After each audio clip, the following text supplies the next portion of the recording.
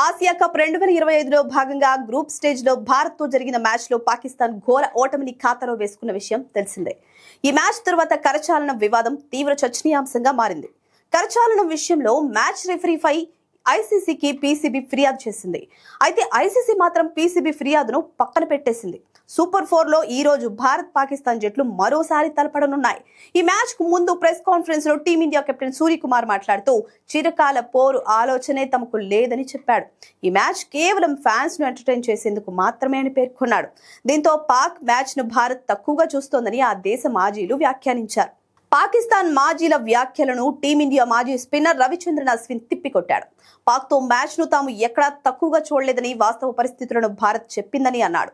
Bharat Pakistan పోరుకున్న hype team India ఎక్కడా తక్కువ చేయలేదు, కేవలం ప్రస్తుతం వాస్తవ పరిస్థితులను వెల్లడించింది. ప్రెస్ కాన్ఫరెన్స్ లో కెప్టెన్ సూర్యకుమార్ యాదవ్ భారత క్రికెటర్ల మనోభావాలను చెప్పాడు.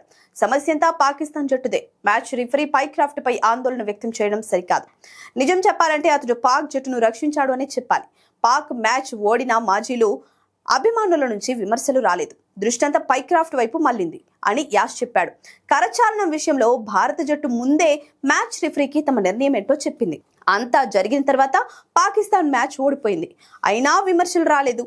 బలవంతంగా ఆటగాళ్లతో కరచాలనం చేయించడానికి రిఫరీ ఏమీ స్కూల్ టీచర్ కాదు, ప్రిన్సిపల్ కూడా కాదు. సూర్యకుమార్ యాదవ్ వద్దకు వెళ్లి పాక్ ఆటగాళ్లతో కరచాలనం చేయమని రిఫరీ చెప్పలేడు, ఎందుకంటే అది అతడి బాధ్యత కానే కాదు. అందుకే పైక్రాఫ్ట్ తప్పేమీ లేదు. అనవసరంగా పాక్ రాద్ధాంతం చేస్తోందని, అనవసరంగా పాక్ మాజీలు రాద్ధాంతం చేస్తున్నారని వివరించాడు.